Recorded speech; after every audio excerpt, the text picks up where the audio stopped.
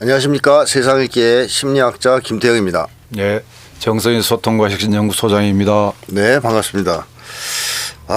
지금 뭐 난리가 아닌데요. 이 관세 협정 때문에 이 관세 협정이 뭐 사실은 이번에 APEC 기간 동안에 타결이 안 될 것이다. 그렇죠. 뭐 이런 얘기들을 계속 정부 이재명 대통령을 비롯해서 그렇습니다. 정부 관료들도 했었는데 아주 급발진하면서 타결이 돼버렸어요. 근데 전반적인 분위기는 뭐 잘했다 뭐 이런 분위기가 있는데 어떻게 총평을 좀 하신다면 어떻게 보십니까? 댐이 퍼주기를 해도 네. 이만저만이 아닙니다. 사실 이 세계 강국의 지도자를 만나서 태도라든지 협상은 뭐 모양은 좋았죠. 네. 그 모양만 보고 우리 국민들이 평가를 많이 하는 것 같은데 실제 이제 한미 투자 협정 같은 경우는 굉장히 심각합니다. 상업적 합리성 이걸 많이 강조했는데 네. 이재명 대통령도 국익을 우선으로 알고 거기에 못 미치면은 빨리 타결 안 짓겠다고 얘기를 해서 안심을 했는데 그러게요. 갑자기 이렇게 이제 타결을 지어버렸습니다. 그 내용이 심각한데요. 그러니까 한마디로 저 어떻게 보면 타결을 이번에 차라리 안 하는 게 낫다. 그죠? 저도 계속 시간 끌면서 버텨야 된다는 얘기를 했었는데. 그렇죠. 3,500억 중에 처음에 이제 이재명 대통령은 한 5% 정도만 현금으로 하고 나머지는 이제 대출 보증을 하겠다고 이렇게 얘기를 했고 수익 배분 문제도 5대5로 갔다가 이제 원리금 상한 이후에 9대1로 간다고 트럼프가 공언하지 않았습니까? 그건 너무 심하다라고 생각해서 그것도 이제 개입하려고 이렇게 생각을 했던데 그래서 그 정도로 얘기를 했으면은 충분히 버틸만도 하고 또 중미 정상회담도 있고 말이죠. 그리고 북미 정상까지도 예고됐기 때문에 그렇죠. 조금 열린 이 공간이 있는데 그 이후에 하면은 충분했을 텐데 왜 이렇게 했는지 이해할 수가 없습니다. 뭐 짐작해 본다면 뭐 거센 압박이 들어왔을 건데 일단 이재명 정부가 그 트럼프가 마음에 안 들면 말 안 들으면 이 정권을 뒤집을 수도 있다. 한국의 정권을 뭐 이런 두려움이 있었다. 역대 한국 정권 중에서 미국의 소나기에서 겁을 안 낸 사람들이 없죠. 뭐 군사 정권이든 아니든 민간 정권이든 청와대 도청까지 했고 그렇죠. 온갖 약점을 다 알고 있지 않겠습니까? 그리고 지난번에는 1차 엄포를 하지 않았습니까? 혁명하냐 숙청하냐 그렇죠. 이런 식으로 은근슬쩍 협박을 해대고 아직도 내부적으로는 내란 청산을 한다지만 진척 정도가 조금 부족하잖아요. 맞습니다. 아직 시퍼렇게 살아있고 정광훈 광화문 집회는 계속되고 있고 이런 조건에서 이 계속 끌었다가는 단순히 자동차 반도체 이 관세만 무는 것이 아니라 뭔가 또 다른 게 있지 않나 이런 것을 걱정해 가지고 일단 수습한 거 아닌가 싶고 그렇습니다. 그러니까 안타까운 것은 정권 안보를 사실 국민들을 통해서 헤쳐나가려고 해야 되지 않습니까? 그렇습니다. 만약에 트럼프가 뒤집으려고 한다 정권을 그러면 그 국민들과 함께 힘을 합쳐 싸워서 뚫고 나가야 되는데 그런 각오와 결심보다는 미국 트럼프 정권에 의해서 정권 안보를 좀 보장받겠다는 그런 생각이 좀 앞섰던 거 아니냐. 그렇지 않고서는 이렇게 큰 폭의 양보와 뭐 굴욕적 타결을 설명하기가 좀 어려울 것 같습니다. 그렇습니다. 그래서 결국은 이제 10년 분할 상환 200억 달러 한도 내에서 투자를 하고 했을 텐데 그 200억 달러를 이제 충당하는 거를 매해 이제 줘야 되는 거 아니에요? 매해 줘야 되고 어떤 때는 뭐 조금 적게 줄 수도 있고 조금 더 많이 줄 수도 있지만은 또 200억 달러 한도인데 지금 외환 보유고로 말하면은 1년에 한 250억 달러 정도 여유가 있는데 그걸 다 줘버리면 나머지 무역 결제를 못할 거 아닙니까? 그렇습니다. 바로 외환 위기가 오기 때문에 김용범 실장은 이제 외환 보유액을 가지고 외국 투자를 할 거 아니에요. 금융 투자를 했던 남는 그 수익 그걸로 이제 하고 그것이 부족하면은 이제 국채를 발행하겠다는 거예요. 국채 발행을 완전히 이거는 그러니까 외화 자산 운용 수익으로 처음에 충당한다고 얘기를 하는 건데 그걸로 부족한다라는 거 아닙니까? 그렇죠. 그것이 부족하면은 이제 미국 국채를 사가지고 달러를 가져와서 빌려가지고 미국에 투자하는 이건 뭐 이중적인 빚내서 투자해야 되는 그렇죠. 결국은 이 외환 위기, 외환 불안은 피할 수가 없다는 것이고요. 거기다가 이제 환율 상승이라든지 물가 상승이라든지 예, 국가 채무는 계속 폭증할 거고 이렇게 재정 주권을 거의 이제 상실한다고 봐도 과언이 아닌 그런 위험을 갖고 있습니다. 그렇게 될 가능성이 뭐 거의 확실시되죠. 예. 지금 이런 정도로 그러고 내용 봐도 뭐 일찌감치 우리가 예고했듯이 자동차 산업 여기 이제 대미 투자를 해서 거기에서 현지에서 이제 수출하는 그거는 수출에 이제 계정에는 잡히지만은 고용 창출 효과는 전혀 없지 않습니까? 그렇죠. 조선업은 이제 1,500달러인데 이것도 이제 필라델피아 이제 조선소를 이제 하나옵션이 인수를 해가지고 거기서 배 만드는 거라 가지고 국내에서 생산하면 고용 창출 효과가 있는데 그래서 거대 이 조선사업소의 이제 납품업체들이 무리도산을 할 가능성이 높고 거기다가 이제 기술 이전까지 하는 거죠. 미국은 지금 조선산업이 낙후되어 있지 않습니까? 그래서 기술 이전도 하고 고용은 이제 축소가 되고 중소하청업체들은 이제 몰락을 하고 그래서 이제 이 대기업은 살아요. 이전을 해가지고 미국에서 자본 정식을 할 수 있단 말이죠. 뭐 미국이 그 망명하면 되잖아요. 그렇죠. 미국의 독점 자본하고 결탁해서 그들은 배불릴 수가 있는데 중소하청 영세기업들은 이제 죽어나고 거기에서 일하는 노동자들이 대부분인데 굉장히 고용이 실업 반실업 상태로 이제 전락을 할 것 같습니다. 자 그러면 그런 말입니다. 그 대기업들이 한국의 재벌기업들이 미국에 가서 현지화되는 거 아니겠어요? 그렇죠.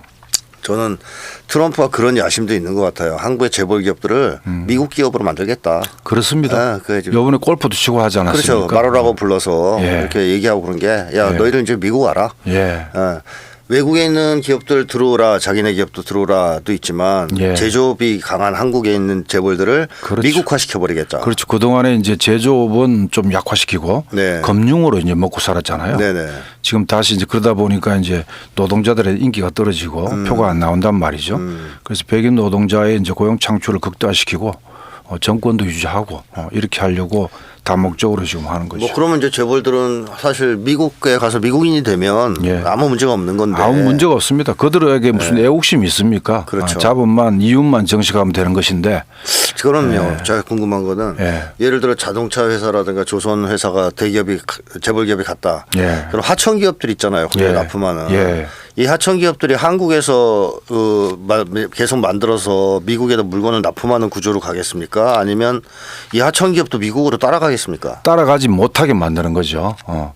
그래서 한국에서 이 부품을 만들어 가지고 수출을 해 가지고 그 원청에 하기도 쉽지가 않아요. 그렇죠. 왜냐하면은 미국도 하청업체가 있을 거 아니에요. 부품업체가 있단 말이에요. 있습니까? 그것도 또 키우려고 하는 거지. 그거지. 그러니까 한국 걸 데려가서 키워준 게 아니라. 그렇습니다. 그러니까 재벌만 데려가고 너희가 여기서 하청업체를 키워라.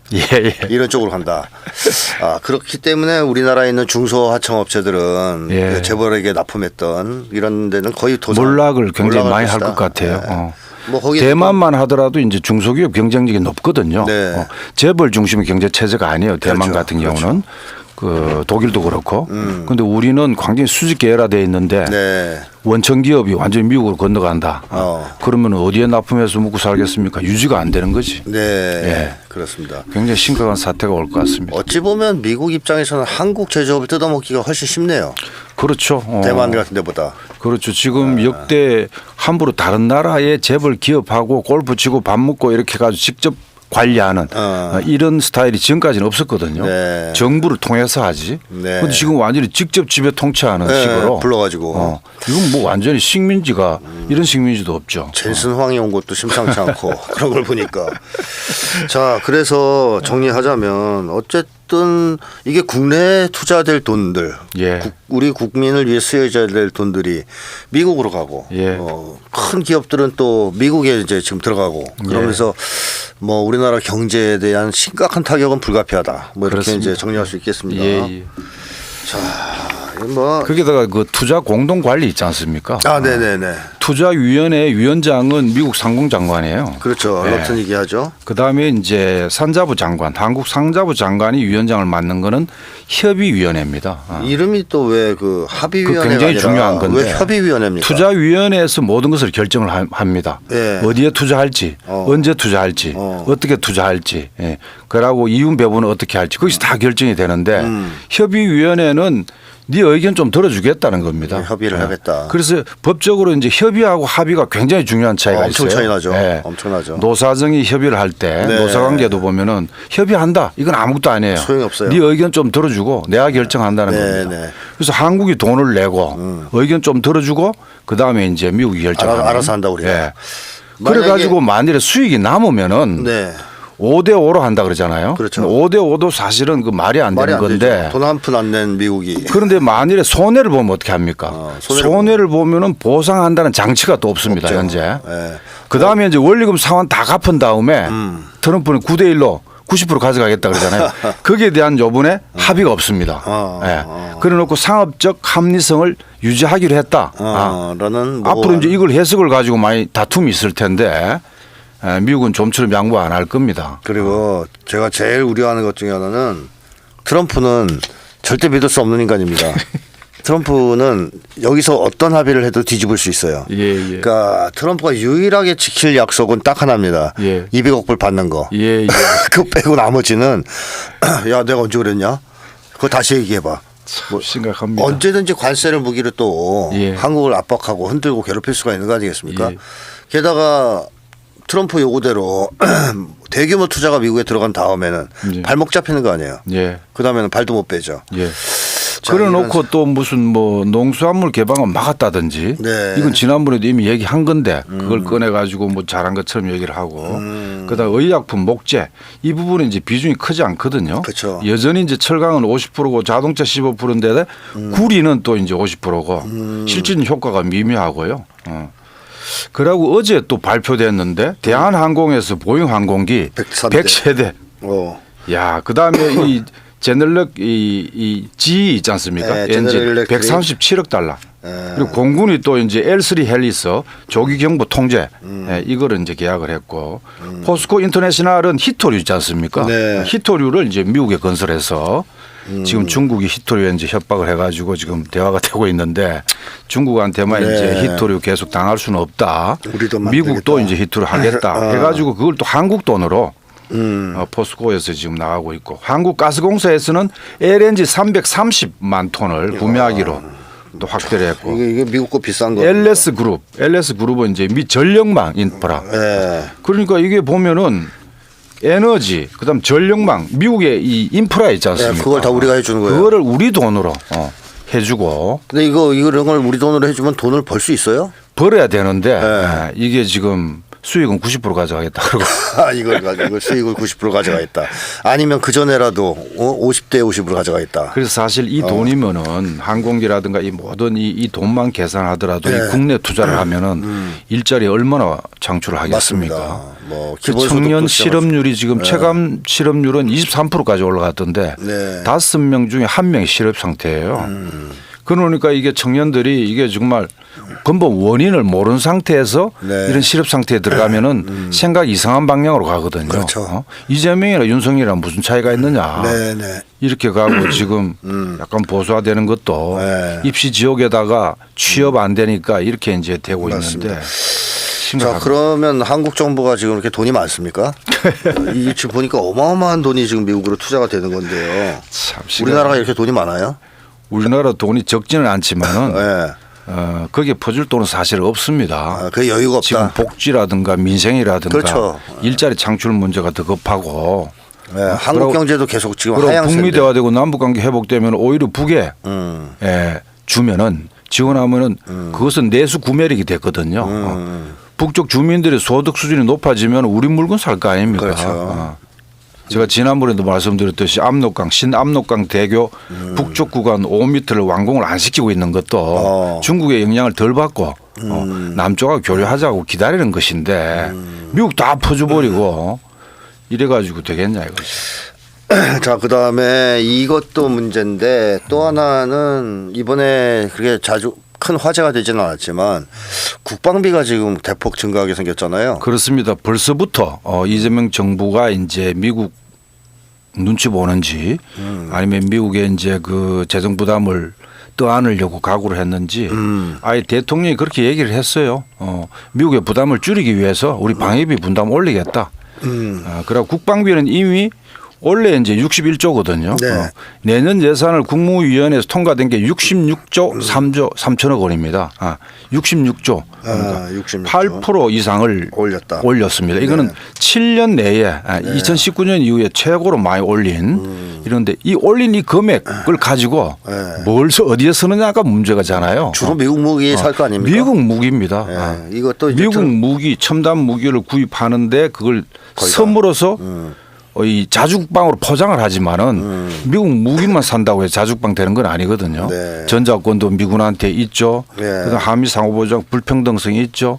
소파협정, 주둔군 지휘협정도 범죄 저질러도 우리 처벌도 못하는 이런 불평등한 구조에서 어떻게 자주국방이 그렇게 미국 무기만 많이 사재.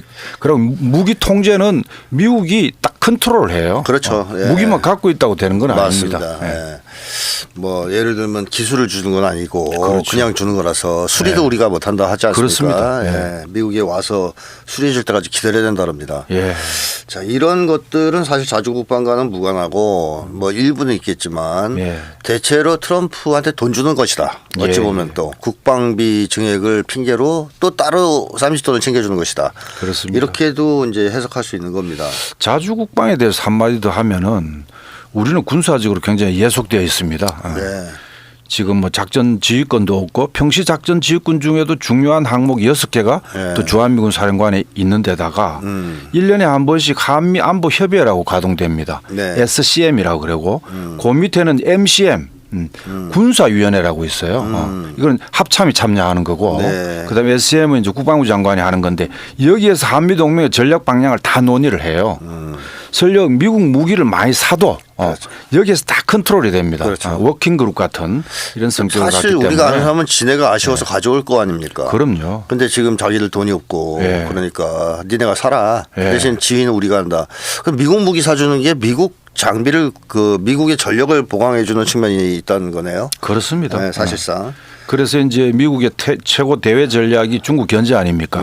인도 태평양 전략이라 그러는데 거기에 미국 재정을 가지고 감당이 안 되니까 일본하고 한국이 그만큼 부담을 해라. 그런데 일본은 그 틈을 타고 이제 군사 대국화하는 목적이 있지만 그렇죠. 우리는 그 중에서도 한미일 중에서도 가장 밑에 있는 꼬마 동생이란 말이에요. 그런 위치에서 이 자주국방은 말로 하지만은 결국 우리 돈으로 미국의 부담을 줄여서 중국을 공격하는 데 동원되는 이런 체제고 요번에 바로 이제 핵참.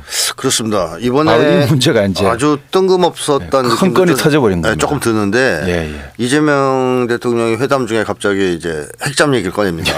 그리고 바로 다음 날 트럼프가 승인해요. 이것은 이미 한미 간에 뭐 협의가 있었다고 봐야 되겠죠. 역대 정권 중에서도 핵잠을 도입하는 것이 자주국방에 도움이 된다고 애를 많이 썼는데 그때마다 미국이 허락을 안 했습니다. 그렇죠. 그런데 이번에 딱 허락을 해버렸어요. 바로 다음 날. 필라델피아에서 그 대신 만든다. 그래서 고용 창출을 하고 기술 이전을 하고 이렇게 조건을 달아가지고 허락을 했는데 근데 문제는 우리 대한해협이라든가 수역이 이제 좁고 해가지고 핵잠이 있을 이유가 없어요. 그렇죠. 핵연료를 가지고 오래 물 밑에서 이동해서 적에게 포착 안 되게 탐지를 하는 이런 것이 이제 핵잠의 위력인데 재래식 잠수함이 아니고. 그런데 우리는 설 일이 없습니다. 그런데 이재명 대통령은 북을 억제하기 위해서 그걸 샀을 뿐이다.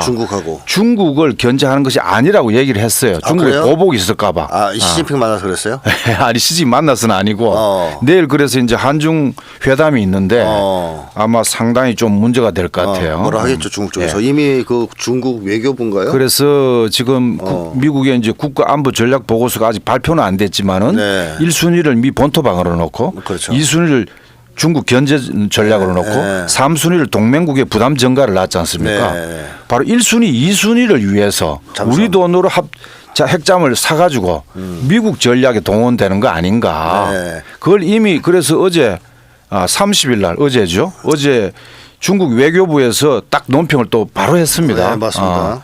이 핵연료 사용하는 핵잠 이것은 이 지역 안보에 도움이 되지 않는다.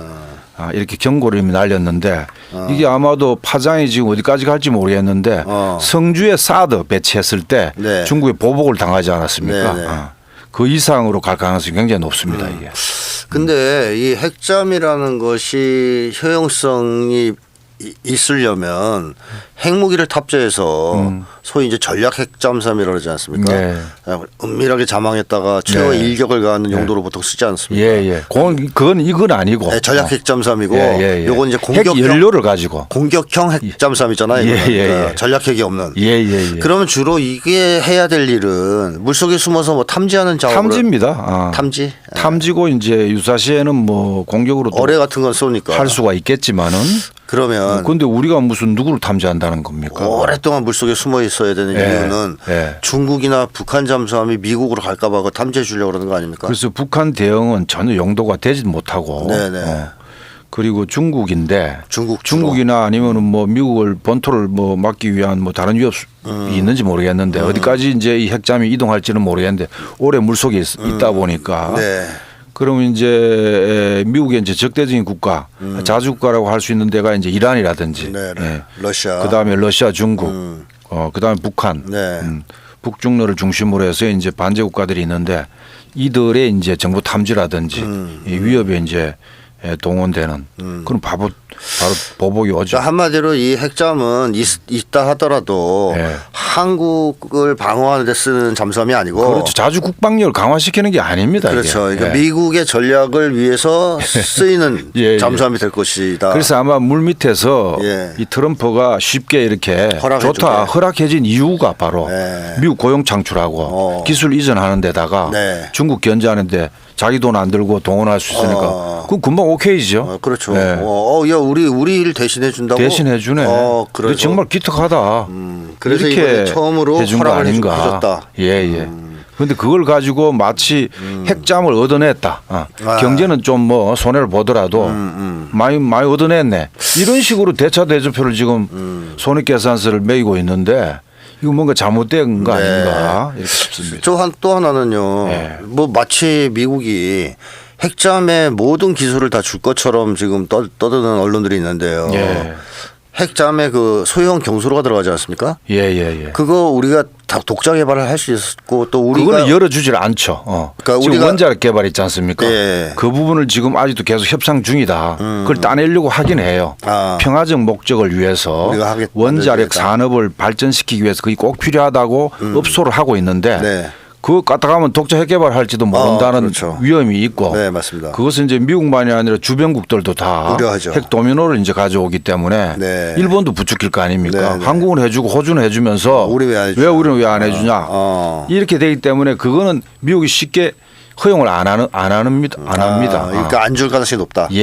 그러면 미국이 필라델피아에서 거기 지금 도크도 없다는 거 아니에요. 잠수함 지을 수 있는. 도크부터 짓고 잠수함 막 지어요. 그럼 미국 경수로가 들어간다는 거 아니에요. 그렇죠. 미국의 핵 연료를 쓰는 경수로 사용하는 핵잠이 돼버릴 수도 있어요. 미국 경수로가 들어간. 그러면 그거 다 미국 통제를 받게 되지 않습니까? 그럼요. 만약에 우리가 핵잠 운영하는데 연료 없으면 미국이 필요 없으면 안 줄 수도 있는 거고. 그렇죠. 안 줄 수도 있고 고장나면 비싸게 아주 비싸게 부르고 수리받으러 가야 되네. 별로 쓸 데도 없으면서. 그러면 이번에 이 잭잠에서 핵심은 그런 기술까지 다 주기로 했느냐도 중요하긴 하겠네요. 그래서 지금 안보 협상은 타결 내용을 공개를 안 하고 있어요. 지금 정교하게 이거는 공개하라고 요구를 해야 되고 경제 협상도 사실은 몇 군데는 지금 얘기를 안 하고 있는데 애매모호한 얘기를 이제 김현봉 실장이 얘기를 하던데 그걸 추궁해서 국회든 어디든 국민에게 투명하게 얘기를 하고 국민의 의사를 좀 모았으면 좋겠어요. 아니 예전에는 보통 문제가 아니지 않습니까? 그렇죠. 예전에는 협상에 도움이 안 될 수 있어서 비공개를 했다 쳐요. 저는 그것도 사실 의문인데 그게 맞다라고 생각 안 하는데 그거 인정해 준다 하더라도 이제 협상이 타결됐으니까 다 공개해야 되지 않습니까? 그렇습니다. 어떤 식으로 타결했는지. 그래서 절차가 이제 국회 비준 절차가 남았거든요.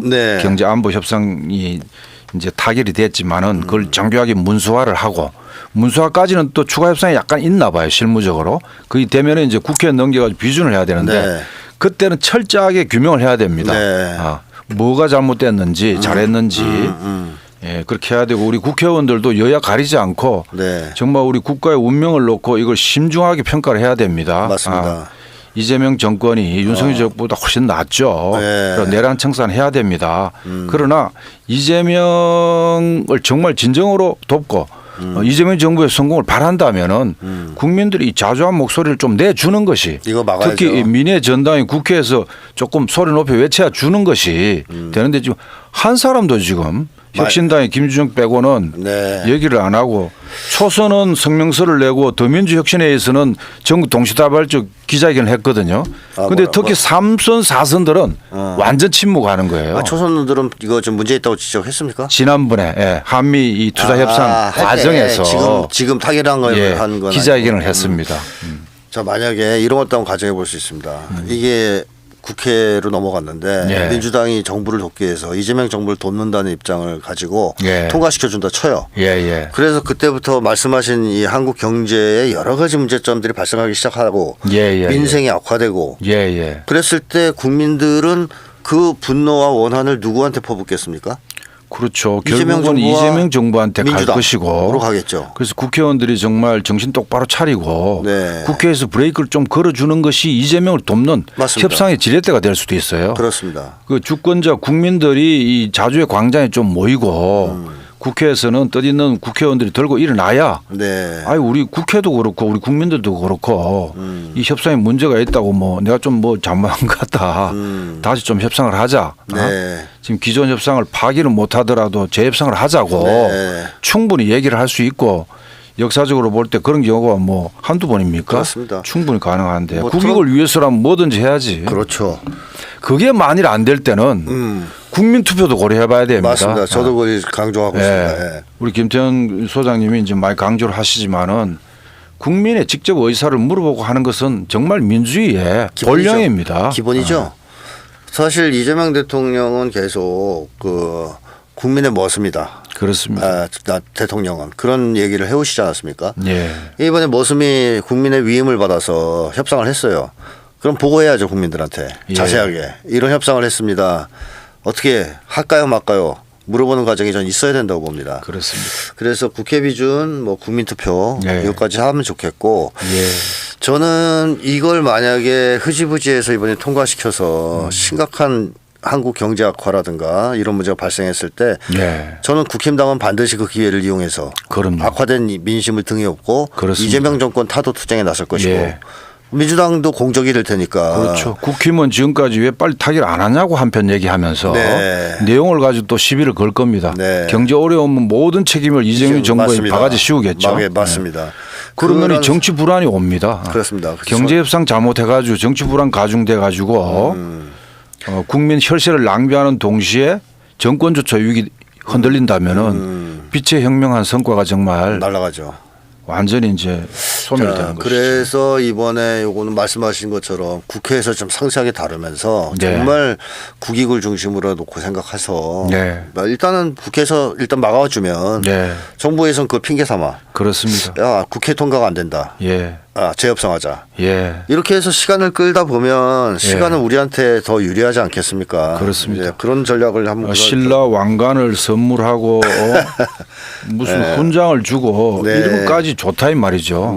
실리를 그렇죠. 국익을 위해서라면은 뭐든 할 수 있는데 안 줄 수 있었다는 돈을 그렇게 해가지고 요번에 체결을 안 하고 연기를 시켰으면 훨씬 나았는데 맞습니다.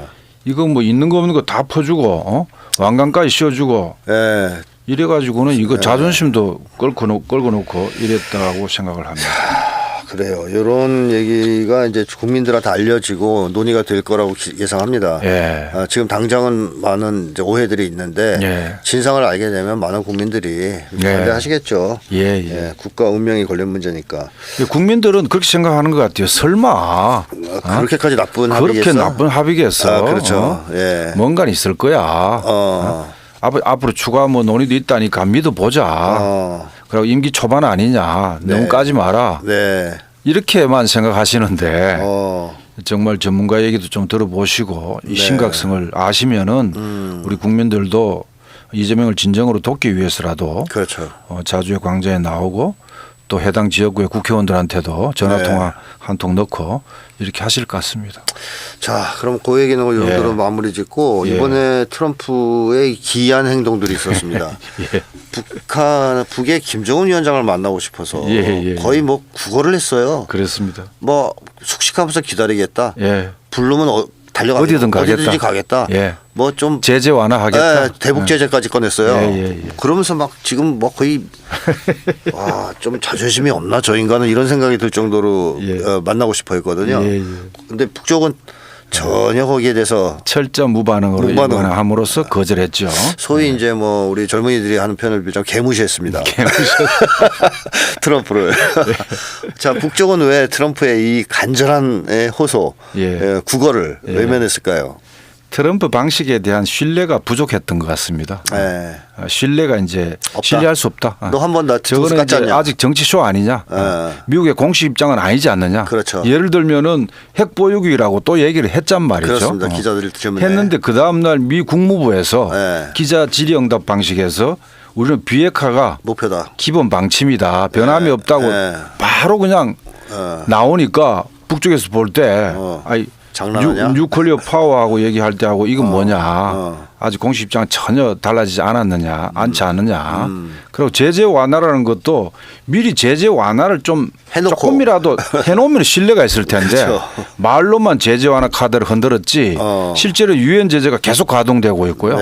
최근에는 이제 북러 간에 군사 물자를 이제 거래하는 것에 대해서 제재가 또 발표됐습니다. 추가 제재가. 제재가 추가됐다. 그러고 이제 제재는 행정부 제재가 있고 그다음에 의회 승인을 받아서 하는 제재가 있는데 의회는 더 복잡하단 말이에요. 미 국내가 소란하지 않습니까 지금. 노킹스 이 시위가 700만 명에 이제 이르는. 거기다가 이제 이 전통적인 네오콘 세력이 건재한 것 같고. 그렇죠. 그쪽은 아주 싫어. 이런 걸로 볼 때 이건 뭐 말만 믿고 했다가 또 하노이에 사기당한 것처럼 또 당할 우려가 있다. 그걸 얼마나 우수하냐. 그리고 이번 열병시에서 보여줄 거 다 보여주고 반패권 연대 중심축으로 등장을 했는데 베네수엘라 국민들도 지켜보고 이란 국민 다 지켜볼 거 아니에요. 이란 저 트럼프 만나는 거를 맞습니다. 뭘 얻어낼까 어떻게 굴복시키나 이런 거를 이제 볼 텐데 아무것도 얻어낸 거 없다. 세계적인 우사거리가 된다고 생각하죠. 그래서 당연히 이거는 뭐 그렇다고 해서 이제 성명서를 발표한다든가 김여정 부부장의 뭐 담화를 발표해서 거절한다 이렇게 얘기하면 관계가 또 이제 존심을 상하게 하니까 이후를 위해서 가만히 있어 버리는 거죠. 아니면 뭐 저는요 김여정 부부장이 거절 담화를 발표해도 트럼프 좋아할 겁니다. 개무시보다 낫다고 생각하고. 트럼프도 이제 하도 응답이 없다 보니까 마지막에는 실망했죠. 이번에는 못한다 이렇게 이제 얘기를 했고 그런 다음에 뭐 얘기했냐면은 김정은 위원장은 매우 열심히 일하겠다. 앞으로. 워크 베리 하드. 이렇게 이제 앞으로 하겠다고 이 북미 대화 재개 의지를 더 굳힌 거예요. 더 강해졌죠. 더 강해졌습니다. 그건 저도 여러 더 차례 애달았어요. 그건 저희가 여러 차례 얘기했는데. 이번에 무응답으로 거절한 효과가 있는 것 같습니다. 더 애달게 만들어서 확실하게 대화 조건에 대한 준비를 하라 이 말이지. 그 대화 조건이라는 건 뭡니까? 핵 보유국 인정하고 공식적으로 아니더라도 비공식적으로 인정을 하고 인도 파키스탄처럼 인정을 하고 그다음에 적대 정책을 중단하고 최소한 대화 중에는 군사 연습을 안 한다든지 제재는 이미 완화를 좀 해놓고 얘기하고 이렇게만 하면 못 만날 이유가 없죠. 그건 이미 최고인민회의에서도 얘기했죠. 비핵화 집념을 버리고 현실을 인정하면 못 만날 이유 없다 얘기했습니다. 근데 저는 트럼프를 이렇게 요즘 보니까 이 인간이 김정은 위원장한테 집착하는 것 같습니다. 이게 약간 병이거든요. 집착은 병이거든요. 이 집착을 시작하면 그래서 저는 뭐 트럼프가 멋진 남자 집착증이라는 병을 앓고 있는 거 아니냐 이런 의심이 드는데 여기 이제 멋진 남자로 찍힌 사람한테 거 이제 다 거는 거거든요. 올인하는 건데 간단하게 얘기하면. 근데 그래서 정동영 장관이 이제 만날 것 같다고 막 앞질러서 많이 얘기했잖아요. 그나마 미국 쪽으로부터 아마 전해 들은 얘기를 많이 정황 분석을 많이 한 것 같아요. 희망사항을 듣고. 북쪽에 대해서는 정보가 전혀 없었던 것 같고. 그런데 북을 잘 봐야 되는 게 옛날하고 처지가 완전히 달라졌어요. 그럼요. 예를 들어서 경제 발전이나 인민생활 향상에서도 옛날보다는 좀 나아진 데다가 20 곱하기 10 지방 발전 이런 것도 이제 하고 그다음에 러시아에 이어서 중국하고도 관계가 좋아져 가지고 이제는 제재가 그 효과가 무력화됐지 않습니까? 거의 뭐 이제 풀렸다고 봐야죠. 거기에다가 이번에 열병식에서 이제 11개국 정상급 대표단이 참여했는데 그 모습을 보면은 단순히 중국 러시아의 얹힌 북중러 관계가 아니고 독자적인 제3세계 글로벌 사우스의 반패권 반제 연대의 하나의 중심으로 등장을 했어요. 그렇죠. 뭐 중국 전승절 때 그 보여줬고. 그걸 보여줬고 또 이번에 한번 더 보여준 게 저는 이 북쪽의 그 노동당 경축 행사에 인도네시아가 온 것도 참 놀랐고요. 그래서 굉장히 그게 연해주부터 예를 들면 연해주가 러시아지 않습니까? 러시아, 중국, 그 밑에 베트남, 라오스, 인도네시아에 참여했단 말이에요. 그럼 한반도의 병풍처럼 이렇게 둘러사는 거예요. 이게 거기가 다 왔어요. 이걸 가지고 이제 바로 미국의 이제 태평양 전략을 오히려 제압하는 이런 이제 형국이 된단 말이죠. 그리고 브라질, 멕시코도 왔어요. 브라질, 이란도 왔습니다. 이란도 왔고. 중동의 강국인 이란, 베네수엘라에 왔고요. 그다음에 남미의 강국이라고 할 수 있는 브라질, 멕시코도 왔습니다. 니카라과 적도기니 뭐 이런 것도 좀 그렇지만 어쨌든 거의 다 왔어요. 중요한 나라들 많이 왔습니다. 자, 근데 어쨌든 북쪽은 옛날보다 훨씬 상황이 좋아요. 좋은데 그래서 이 미일급 패권이 더 좀 약화돼 가지고 다각 질서가 촉진될수록 북미 대화는 빨라질 것 같습니다. 그러겠죠. 그걸 좀 기다리는 거 아닌가. 그리고 이 집착증이 있는 인간이 거절당하면 더 집착하고 더 집착하고 미국 내부를 빨리 정돈하겠죠. 그렇죠. 네오콘 세력을 이제 제압한다든지. 트럼프가 가서 딱 모아놓고 왕관 딱 쓰고 이번에 받은 거. 야, 그 북쪽이랑 회담하는데 반대하는 놈들 다 나와. 어떤 자식이 자꾸 비핵화 얘기해. 이런 식으로 이제 할 수도 있다. 이재명 대통령도 이제 트럼프 위로하려고 그랬는지 분위기를 약간 띄웠어요. 이번에는 못 만나도 계속 노력하는 건 참 좋은 일이라고. 그렇죠. 이렇게 한 것은 또 잘한 것 같습니다. 그렇습니다. 남과 북이 아주 공조가 잘 되고 있어요. 트럼프를 좀 확실하게 이제 포기하지 않도록 북미 대화를 하고 관계 정상화를 하도록 계속 분위기를 잡는 건 필요할 것 같습니다. 그러니까 결국 트럼프가 이번에 거절당하면서 느꼈을 겁니다. 이 주둥이로는 절대 만날 수가 없구나. 그렇습니다. 뭔가 내가 행동을 해야 되겠구나. 결단을 내려야 되겠구나. 이제 미국 건너가서 대화 준비를 좀 해야죠. 이제 생각 좀 하겠죠. 비행기 타고 가면서 그랬대요. 돌아오겠다. 김정은 위원장 만나러 다시 돌아오겠다. 그러니까 그리고 영어 있지 않습니까? 뉴클리어 파워라고 얘기했잖아요. Assault of Nuclear Power 그랬죠. 그거는 이제 핵 보유 일종의 이제 핵 보유를 가지고 있다는 현상을 표현한 용어일 수도 있어요. 애매합니다. 그게.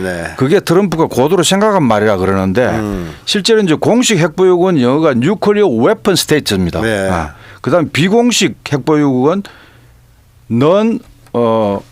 보자. 뉴클리어 아암드 스테이트. 스테이트를 써주는데 파워를 써주는 거란 말이에요. 그래서 이런 것도 아마 북쪽에서는 면밀히 보지 않겠나. 정말 표현은 저렇게 해놨는데 공식 입장 아니다 하는 거를 다 보고 있다. 그래 루비오 그 밑에 있는 놈이 또 딴소리 하는데 뭐씨 야 너 부하 하나 정리 못하고 무슨 우리랑 회담을 하냐 이런 생각할 수도 있었겠죠. 자 그래서 볼 때 이제 저는 내년 상반기 중에는 그래요. 11월 달 중간 선거 있지 않습니까? 그 정책 수요가 있을 거고. 그다음에 또 하나는 우크라이나 전쟁이 지금 종전협상에 난항을 겪고 있잖아요. 영토 문제하고 안보 장치 문제 때문인데 예를 들어서 이제 푸틴 같은 경우는 돈바스 다 내놓고 그다음에 중립하라 나토 가입하지 말고 이렇게 얘기하는 반면에 이 제렌스키는 현재의 전선을 적시 휴전을 하자는 거거든요. 그게 지금 옛날에 한국 전쟁 같은 경우입니다. 한국식 그 휴전협정 같은 건데 그래가지고 이 평화 관리로 돌았다는 게 유엔사예요. 유엔사가 미군 아닙니까? 그렇죠. 근데 만일에 적시 그 전선에서 휴전을 하고 돌아오는 게 나토군이면은 그걸 푸틴이 인정을 할 수가 없죠. 그럼요, 당연하죠. 지금 종전협상의 책임은 푸틴에 있는 게 아닙니다. 유럽하고 이제 제렌스키 지금 이기고 있는데요.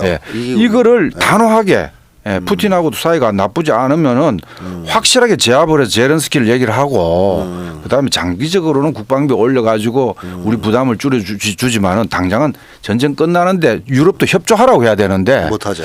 이 힘이 없습니다. 트럼프가 애매한 태도를 취해요. 거기다 중동도 지금 가자 또 폭격하지 않았습니까? 그렇죠. 휴전해놓고도 네타냐후가 그런 거라든가 이란 핵 문제에 대해서 이 핵 합의를 아직 복원하지 못하고 있다든가 이 트럼프의 행동에 대해서 이 뭔가 좀 불안한 게 있다. 그러니까 네오콘을 완전히 제압 못하는 거죠. 어찌 확실하게 네오콘을 제압하고 자기가 뱉은 말을 완전히 책임지고 북쪽은 최고 지도자가 뱉은 말을 100% 관철이잖아요. 그런 게 익숙했더니 이제 북으로 볼 때는 이제 불안하다. 그럴 바에 좀 기다려주자. 좀 더 약화되고 더 애달고 더 집착할 때까지 좀 시간은 우리 편이다 이런 거죠. 시간은 우리 편이다 이렇게 생각하지 않나. 자, 그래도 아까 말씀하신 거에 비추어 보면 결국 미국은 북미 대화를 하지 않을 수 없다. 그렇죠. 저는 그렇게 봅니다. 현재 흐름상. 북도 이제 전략적 전략 국가가 되고 국제적 위상도 높아지고 묵고 사는 것도 조금 나아졌지만은 그러나 이제 북미 관계 정상화를 하면은 그 이상으로 그렇죠. 파격적인 경제 발전을 도모할 수가 있잖아요. 그리고 중국 영향권도 북으로서는 굉장히 싫어하거든요. 적은 나라가 굉장합니다. 중소 분쟁 시기에도 딱 대를 세워가지고 하듯이 싸웠죠. 지금 러시아를 먼저 땡긴 다음에 중국을 애달게 해가지고 땡겨가지고 자주순의 기초에서 균형 외교를 하잖아요. 우리도 이제 그렇게 해야 되는데 맞습니다. 우리 국민들 역량을 가지고 해야 되는데. 자, 그래서 지금 트럼프가 한국에서는 다 털어갔는데 와서 북쪽은 만나지도 못하고 그렇습니다. 갔습니다.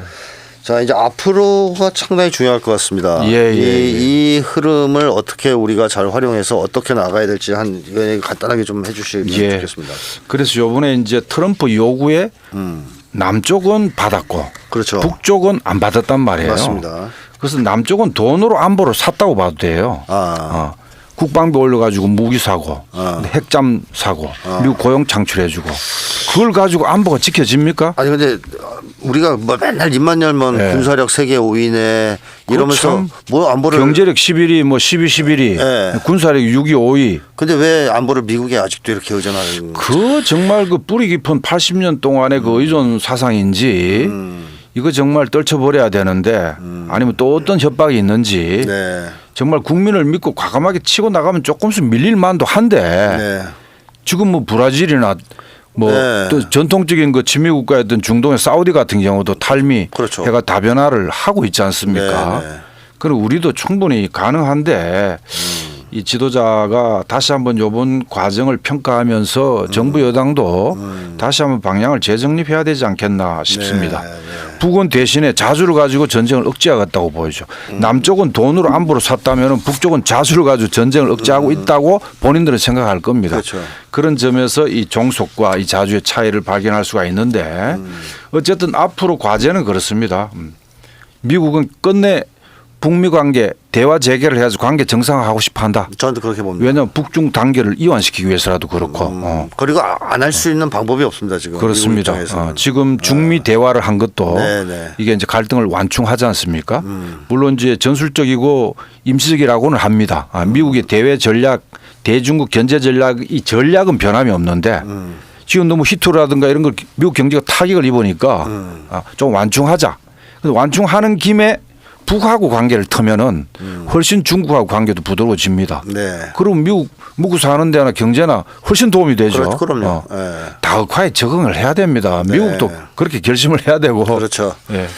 뭐 그거는 거의 예정대로 갈 것 같은데 이제 우리나라인 것 같아요. 한국인데 뭐 그 아까 말씀하셨듯이 그래서 1차적으로는 우리 국민들이 이재명 지지자들이 특히 이재명 봐주기 한다 이런 말에 이 문제를 표면적으로만 보면 안 된다고 생각합니다. 그건 이재명 정부가 실패할 가능성을 부추기는 거라고 보이시는데 우리가 미 대사관 앞에서나 경주에서도 마찬가지고 10,000명, 20,000명, 10만 명 모여야 됩니다. 모여서 트럼프의 횡포에 대해 지적을 하고 이재명 잘하라. 우리 믿고 해봐라. 이렇게 해주고 이게 이제 1순위고 그다음에 그걸 덩이 얻고 이재명 정부는 이 졸속 이 굴욕 협상을 다시 한번 재검토하자고 용기를 내야 됩니다. 그걸 또 도와주는 게 국회여야 되고 다 진상조사 해보고 질의응답 해보니까 이건 뭐 손익계산서이 말이 아니네.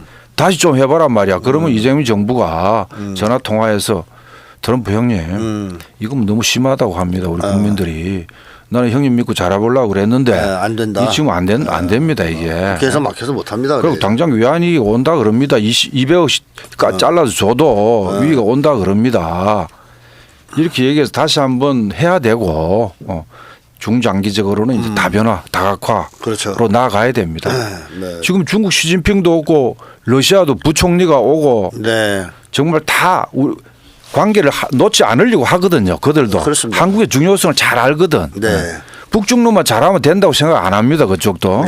그래서 그런 기회를 삼아서 우리 수출 비중이 아직도 19점 몇 %인데 중국에.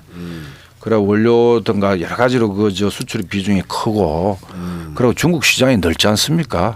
아직은 기술이 많이 추격하고 있다 그러지만 아직 중위 이 블록이 있단 말이에요. 충분히 경쟁력이 있고 그 다음에 이제 북미 정상회담을 계기로 해서 이 평화협력이 복원되면은 이 완전히 이제 기회가 열리죠. 대박이 터집니다. 맞습니다. 유라시아 대륙에 이제 40억 인구가 시장이 되고 정말 요번에 이 아까 얘기했듯이 가스공사가 미국 셰일가스 수입하겠다고 또 약조를 했다는데 말이 안 되는 겁니다. 비싼 건데 러시아산을 써야죠. 시베리아 천연가스 2배 내지 5배나 싼 이걸 바로 그냥 가스관 연결해서 가져오면은 되는데 이런 걸 다 도외시하고 미국 줄 서가지고 이렇게 경제고 안보고 타격을 받는다는 것은 이건 정말 우리로서는 정말 이해할 수가 없는 상황입니다. 자, 그래서 한국도 말씀하신 대로 이번에 이거를 잘 활용해서 탈미로 나와야 되고 다변화로 나가야 된다. 거기에 이제 살 길이 있다라고 정리를 할 수 있겠고요. 그렇습니다. 저는 트럼프가 분명히 이 협상을 깰 거라고 봅니다. 어길 거라고 봐요. 다 안 지킨다. 그때가 기회가 또 오겠죠. 그렇죠. 그러면 이제 우리도 야, 너 안 지켰어? 우리도 안 줘. 이런 식으로 싸우는 것도 충분히 생각하고 있어야 된다. 그래서 이번 협약문에 모호한 표현이 많이 들어갔답니다. 그건 해석의 다툼이 있거든요. 그렇죠. 그때 다시 한번 기회를 잡아야 됩니다. 맞습니다. 우리는 상업적 합리성을 가지고 투자처를 선정해야 된다 그러고 수익 배분도 그렇게 하고 원리금 상환 안 될 때는 아무리 사인 간에도 이런 거래는 없다. 그렇죠. 이제 더 이상 대를 세워야 됩니다. 그렇죠. 더 이상 안 준다. 아직 싸움은 계속되고 있다고 봐야 됩니다. 그렇습니다. 이재명 정부도 끝났다고 생각하지 마시고 그 참모들도 정말 계속 나가야 된다고 봅니다. 뭐 국회 비준에서 일단 가로막고 재협상을 해서 좀 더 유리하게 바꾸는 게 좋고 그게 만약에 실패한다 하더라도 트럼프가 분명히 이거 안 지킬 거니까 그런 무리수를 또 쓸 겁니다. 그래서 그런 기회를 이용해서 최대한 국익을 지키는 쪽으로 움직여야 된다. 그러면서 탈미를 좀 준비할 필요가 있을 것 같습니다. 그렇습니다. 다변화를. 자, 오늘 뭐 긴 시간 동안 좋은 말씀 많이 해주셨습니다. 고맙습니다. 여기서 마치겠습니다. 고맙습니다. 자, 10분 뒤에 다시